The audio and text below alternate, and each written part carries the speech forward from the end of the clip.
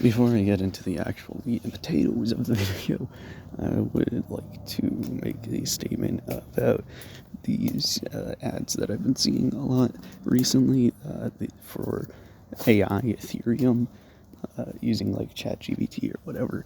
These are all fake, and I've been getting them. I've been every single time I've been saying not interested, but I keep getting them, so I know other people are getting them too. If you ever get an ad on YouTube that says, just send $1,000 to the spot or make the spot yourself. It's a scam. I've looked into many of these, and every single one, I just look into them. I know what to click. I'm not like actually sending them anything. I'm looking at the code that they have, and in the code, it's very subtle. They have it send it to their Ethereum address instead of yours, and then they say things like, use this link, this is the only link that works, and of course the link that they have is a website that they made that looks like the other website. It's I thought I would have a more in-depth explanation of this, but yeah, if you see anything that says like Ethereum related, like make 10 Ethereum a day or whatever, just ignore those. I don't know why they're allowing so many of those. I'm by a street. I'm not driving this time, but there's cars in the background.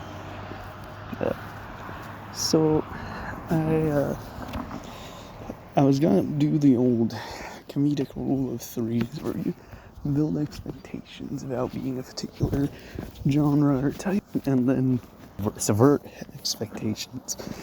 I was originally about evolution, but now I was going to make a video on Aesop's Fables specifically because I've been reading quite a few of them recently, and I very much enjoyed them. One of my favorite, more obscure ones is Of the Mouse and the Ox, or it might have been a bull, my bad, where a mouse bites an ox on the nose and then runs into the wall, and then the ox runs after it and smashes into the wall. Tom and Jerry style, basically. And the point is that you shouldn't fight every battle. If something small is bothering you, it's not always worth it to attack it, because you might end up hurting yourself more than it. And unfortunately, I feel like we've all been learning that lesson a little bit too late. But yeah, I was originally going to do that because I watched a video on Mindshift where he talked about books that give better morality than the Bible does, and one of them that he mentions was Aesop's Fable, because he said that was made before the Bible. But then I looked into the actual history of it, and sorry to call you out on fact check, but it's not true. The original Aesop's Fables was written before the Bible. However, they were lost to time, and they were rewritten under the same name centuries after the Bible was produced. I think it might have been 900 AD, but I could be wrong about this, so you might have to fact check me too. But yeah, so I would highly recommend Mindshift's videos, but he's a very intelligent and compassionate man, and that's kind of an obscure thing that I wouldn't expect many people to know. He's more focused on like the actual textual contradictions than I have been. If any of you are have children, intend to raise them, and this hasn't happened yet, I would recommend against this. When I was a kid, I tried to bring a quarter through a metal detector at an airport, and I had to throw it out because, well, it was metal. And later on, my mom gave me another quarter. And when I was in middle school, a friend asked for $5 so he could buy lunch, and he promised he would borrow it and he would give it back. I gave him $5, and he never gave it back. And he would sound like the Believe It or Not podcast. He would tell me that he had his fingers crossed or whatever, so it didn't count. And I was sad. My mom noticed me sad about it, so she gave me $5. I've heard stories of people after they get robbed people will give them the amount they've been robbed. That's as an adult, though. This isn't like the living experience. I remember when I was in Chuck E. Cheese, I dropped a coin behind a machine, and the employee gave me another coin. I became an adult, I had my identity stolen, and had dozens of thousands of dollars stolen from employment benefits that went to someone in Kingsville. Can I give information on someone who committed a serious crime against me?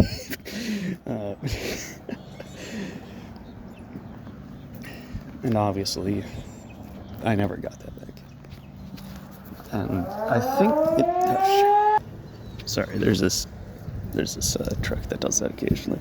I think it's a bad thing to try to make kids that scams are temporary, or that someone will give something that they've lost back, because I feel like when you're a kid, it's a prime time. When you have very little to lose, that's a good time to actually get scammed, and for it to actually hurt, and for you not to get what you lost back. Because then you learn that these things happen, and so when you actually do have a substantial amount of money that you need to rely upon, you yard it more heavily.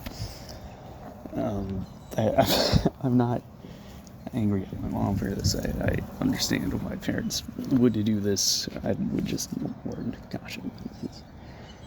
And that's the topic of today's week. Throat's been killing me recently. When my first recording, I was just coughing, then I had to cut that. I've noticed that the people who treated me the best in my life have been Hindus. Ironically enough, other atheists treated me very poorly, or at least what would look like to the outsider as very poorly. I still think overall Christians have treated me worse, because some of the most important things in my life, such as being able to focus on getting that money back, or expressing love to the women that have also loved me, were blocked by blocked by things intentionally put in my way by Christians to intentionally prevent me from achieving my goals, because it went against their religion, or it took me away from the family or whatever. And that's been harder on me than anything else. It's one of the main issues that I have with Christianity, is its hatred for lust and greed, and calling natural human emotions and desires and actual needs sins, because they want to make it so that everyone is broken, so that everyone needs their cure. Now, not all of them are doing this, that's the problem. Some of them are actual liars, some of them have just been fooled. And it's often hard to tell which one you are talking to. My parents have this woman in their church group who had an online boyfriend love scam happen to her, who would tell her sweet things and say that his job was very secretive and that he needed money for certain reasons. And she's been sending him money. Now, I've heard them discuss this, both in front of her, behind her back, and to her.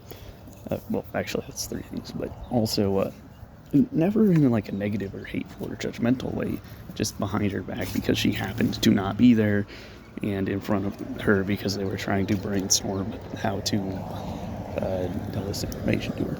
It was never in a hateful way. Sometimes you just talk about people when they aren't there. Anyway, I remember one of them saying that she's not a true Christian, and she's been led away from the light, and she needs to be spoken to by the true Christians who tell her the real path. But unfortunately, she's following Jesus' words to a T. You know, if someone steals your coat, give them your tunic as well. That's exactly what she's doing. She's actually technically more of a Christian for having been scammed than they are for telling her not to get scammed. And one of the main issues I have with the statement that Jesus makes is that takers have no limits, and they will watch you die over what is essentially a penny to them. So your best bet in most scenarios is to just cut them out completely, rather than capitulating even over something small, because if you do allow them to get away with something small, who knows what they're going to try next with someone else. I've been getting a lot of phone calls from scammers, and I was trying to weave this into my previous point about Hindus. It's confusing to me how a country that's terrible, like objectively very bad, like the caste system and everything, has people that have been so nice to me. And when I gotten called by scammers on the phone, I've started asking them if they're Hindu, to see if they actually are part of the religion of the place, if it's the religion that's a problem with their culture. I once asked someone this, and they said enthusiastically yes, and then they immediately started denying it, and then hung up. I spoke to my coworker about this while this was happening, and he said they might have actually been Hindu, but they realized once they said that you would immediately assume them to be a scammer. They were saying this. I think having a certain caste system like the way that India does it might be slightly better for the society, because it allows the place to be full of nice, humble, yes, many people who just go on with the status quo no matter what situation they're in. Unfortunately, that has horrible effects on any of the individuals in those societies who believe themselves to be superior or inferior to the people around them based solely on the circumstances of their birth, which have almost no predilections on one's life. I mean, there's a lot of different opportunities and influences, but I think free will overall determines one's destiny. But I mean, yeah, that's an argument for another day. Actually, I should probably make one on that too, to be honest. Because now that I'm thinking about what I just said, it's probably not entirely true. But it definitely does have some influence. And that influence needs to be acknowledged. I mean, it's what makes us human. Is that the berserk intro there in this world, or moving on. These calls are interesting because a lot of them have been job application calls, and they've switched over to trying to be like healthcare or debt, mainly because I was messing with one of them and I told them I was 75. Which, honestly, I don't know, might have been better for me, because now I know it's a scam call when they say that it's senior advisor. But a lot of it doesn't make sense. I guess they're going after particularly desperate people. But I don't understand why you wouldn't just do an investment scam or something like the Ethereum scam I mentioned earlier, which I'm not recommending anyone do.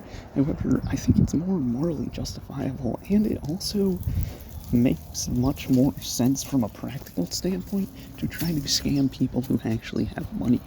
But a lot of the ones that I've been getting have been from people pretending to be women, telling me that they live at a place that's close enough to drive to easily, but far enough that it would be difficult to walk to or get to by public transport, which was ironic when I was living in Austin, because the public transportation there was amazing. And assuming that I didn't have a car, would ask for $25 for gas money. And then I would just tell them I can drive there. And admittedly, I have occasionally gone out to these, only twice I've gone out to these addresses. And once I realized I was being scammed when I was on the way. And the other time, I had tried to ask them to describe what they had on their door, and they started asking sketchy. So yeah, they'll just send a random address close by and then ask for $25 of gas money, and I assume that's the whole thing. They get the money and then they leave. $25 in gas money is an insane amount. I don't know if I'm specifically being targeted for this because I am lonely, and there was one time where muscular dude pushed me to give him gas money, and I kind of felt like I had to, even even though the amount that he was asking for was far too much. Either way, that's its own story. But they're targeting people who don't have the money for a car, which means they probably won't have the $25 to spare. I mean, in America, at least, everyone's in debt, but I mean, it definitely does depend on the person. There are some instances, I remember I had a job that I could easily bike to in Texas. It was Austin, of course. And it only paid $8 an hour. And they started hiring new people who were like 17 years old and paying them $16 an hour. I got beef with Krispy Kreme. I have serious beef with Krispy Kreme. I'm calling them out. This is actually a public service announcement because I saw some of the bosses there with their dirty hands with like actual dirt under their nails package the donuts. And I don't mean just the donuts that they were selling at the stores, you know, when you go into like a Walmart or in HEB or Kroger or whatever you have, Publix. So all ones that I've had experience with, but I'm sure they're different, and each state's got like their own, which I'm happy for. It's just better than like just standard Walmart or Target. Anyway, I'm getting off script again. They would package them in the packages that they would send out to those places. So this was actually like factory processing. They would package the Krispy Kreme donuts that they were sending out to the Walmarts without gloves on. I don't know the safety parameters for this. I mean, I did see a lot of health violations in this one bread spot that I worked for. That sent out bread to like actual like hotels that had thousands of people, and I would watch the bread just fall on the ground, and then the old lady who worked there just pick it up. She was a really sad case. She definitely had some physical ailments and should not have been working there. But yeah, that was a very frequent thing that happened. So that doesn't really have any connection to any of this. I'm just saying, you're on food, I guess. Oh man, I'm gonna pause for a while so I can get back on track because I completely forgot where I was going with all this. The ramblings of a madman right now. Oh yeah, the other scam that I would get is they would call pretending to be jobs, and then you're just trying to rip someone off who doesn't have a job. Like that's actually insane. They have no source of like actual income. How much do you expect to make off of them? Like that's really crazy, but they do it to get people's personal information, and it's sick because a lot of jobs obviously have very low level hiring processes and sometimes don't look official. And I've actually gotten jobs that I originally thought might have been scams. So I don't know, it's just really dangerous out there. Just be careful, do your diligence, call the actual office or show up in person. I would highly recommend doing that. And if you can't do that, honestly, you shouldn't be applying for there anyway, because even though there are legitimate ways to make money online, that's its own can of worms, and like those legitimate ways you're only going to find like 0.1% of the time. You're better off looking for stuff in person. That's just been my own experience. One of the interesting, I guess you could call it scams, but like lies that religions have told is that because God took a rib out of man to make a woman, men have one less rib than women. We're both symmetrical. We don't have one less. It would have made more sense if they at least lied and said two less, because that would make sense for symmetry, which nature tends towards. But no, we have the same number of ribs. You can actually check this yourself. It might be an exciting new thing to do with a romantic partner. I don't know. But yeah, this I don't know how this got repeated so often, because this is easily verifiable, very easily. And the fact that it's been repeated so often, I wonder what happens to the people who've been repeating. There are certain things where it's like you could say that happened a long time ago, so they don't know that they're being lied to. This is one of those things that's supposed to affect modern day, and doesn't at all in any way, except for a lie that's been continuously repeated. Another thing, and I wrote down these notes when this was far more relevant, that they've often said is that people never die for a lie. But somewhat recently, as it can be with the amount of stress I have in my life trying to make these videos, on top of that, I love doing it, and I have an urge to do it. It's just another thing that I feel like I'm compelled to do. But it's out of love. Anyway, people have died hunting Bigfoot. Like, there were 2 people on a Bigfoot hunting expedition that actually died doing it. So, if you're saying that people don't die for a lie, then you're actually going to try to convince me that Bigfoot is real. There were also martyrs in other faiths. Islam particularly has quite a few. So if people are dying for other faiths and people don't die for a lie, then those other faiths could be true as well. I really don't like these, not technically prosperity gospel, but still prosperity gospel preachers. My parents' church has been doing a thing where they watch all of like Dave Ramsey or whatever, and my mom's been pushing me to watch a Dave Ramsey video. And whenever my dad gets a thing into his head where something could improve my education, even though he doesn't actually care about like actual science, because evolution is contested according to like a contested theory that's just like a myth. I mean, he won't say it's a myth, but he believes it's a myth. And it's not contested. That's kind of why I started out, just like researching the stuff he said and finding out just how wrong it is for so many different angles. That most of his ways, it's just wrong, and I'm just waiting for the day when I can do without it. But besides the point, he started saying that we gotta watch those, and my mom went along with it. And about 2 in, we stopped because I kept saying things back, because a lot of the stuff that he recommends is nonsense. And even in his videos, he will say, I only recommend doing like for psychological reasons because it makes saving better. Like, don't pay off your smallest debt first. Pay off the one with the largest interest rate. It might take longer. If you're about it, you're about it. If you're not about it, then you're not going to do it. So just, like, I'm all for breaking things up into easily manageable chunks. But, I don't know. A lot of his recommendations are stupid, and there are other ones too. There's another guy that they gave me a book for called Tony Robbins, and one of them is his stories in the book. The one that starts out with is of him like giving food or clothing or something to a Latina family, and the Latina mom like kisses him a few times or something. It's clearly made up and nonsense. And then throughout the book they have like a variety of different worksheets that I was legitimately thinking about doing, but I'm just gonna keep a gratitude journal. If something happens that I'm grateful for, I'm just gonna write it down. I don't need like 3 or 4 different worksheets to do that with. Yeah. One thing that I wanted to talk about too that's bad is that whenever I see people make up their own logical fallacies, they always turn out wrong. Like, there was one time when I was talking with a socialist and he accused me of making an argument ad Venezuelan because I brought up the fact that Venezuela tried socialism and it didn't work very well.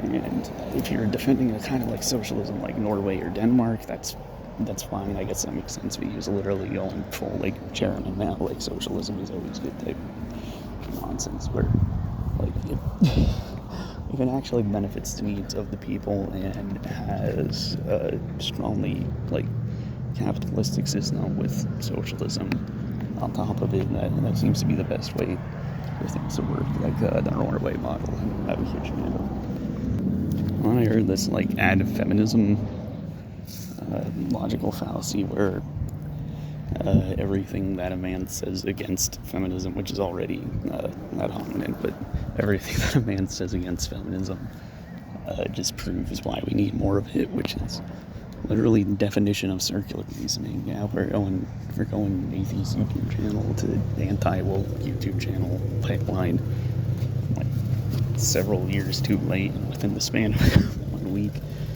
But one thing that I really wanted to speak about, was the main reason why I wanted to keep myself anonymous though, is because I've noticed this lie going around, and it isn't as common as it used to be. But they used to say that there's only a 2% chance that a woman lied about being raped. If you use the actual court statistics, Yes, only 2% are proven false, but 3% are proven true. Because only 5% are proven one way or the other. The other 95% are not proven one way or another. And these are the ones that even made it to court in the first place. So all of the ones that were such an obvious lie that they didn't even make it to court don't count.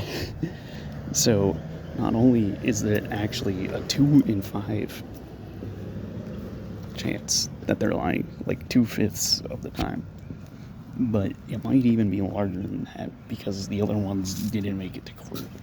So literally half the time, basically, they could be lying. Which 50%, I know it's not exactly 50%, I don't want to do the math right now, but compared to 2% is a huge difference, and this is really just a way to muddle with statistics. And it feels like I came across forbidden knowledge figuring this out. Because whenever you say these things, people think that you're like pro, like, bad stuff, but it's not true. It's just like I'm pro remaining reasonable, using statistics properly, and I don't know. I think it just gives more credit to MRAs. They're the ones using statistics properly. I no longer consider myself part of that group, but that's something that's been weighing heavy on my mind that I also really wanted to say. I mean, it ties into like the lies and scam stuff that's been the main theme of this video that turned out much longer than I planned for it to. And, it's been an interesting morning. I've been doing all of this before work, so I'm gonna go back to my coworkers now, and I hope you all have a fantastic day, and don't drink the Kool-Aid.